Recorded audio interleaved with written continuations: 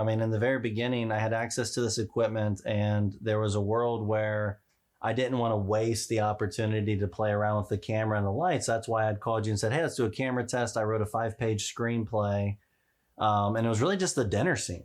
But then at that first day, we all shot together. The crazy thing was I didn't even have a hard drive to capture the material because I didn't know if it was going to be something we didn't want to like capture. You know, I didn't want to spend any money on it yet. Right. And then after that first day, you could feel the energy. You know, I was so surprised by your guys' chemistry and all the images. And I remember I was sitting on the chair and I'm like, hey, is everybody available tomorrow by chance? And everybody's like, yeah, I'm available. And I was like, how is that even possible? And I was like, oh, well, let's shoot tomorrow. And that's when we shot the suitcase scene. So in my head, I remember my whole idea about the suitcase scene originally was, okay, we're going to shoot this tomorrow. I want to shoot extreme close-ups of you getting close to the body. And I'm going to intercut it with you making dinner. And I thought that would be an interesting, collision of images.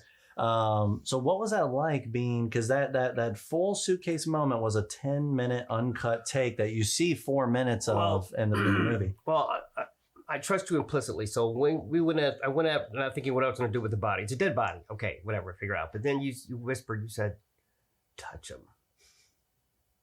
And it just went click. And I said, oh, I know exactly what I'm going to do. I knew how I felt about the body became real to me at that moment. Because it was just a dead body. When you said, touch him. I said, oh, fuck, this is a him. I got it.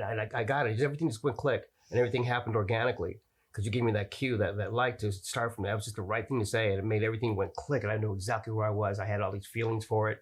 It all worked out. It was pretty intense moment. I know. Definitely I didn't know where seemed I was like going to go. You had a deep connection. Yeah.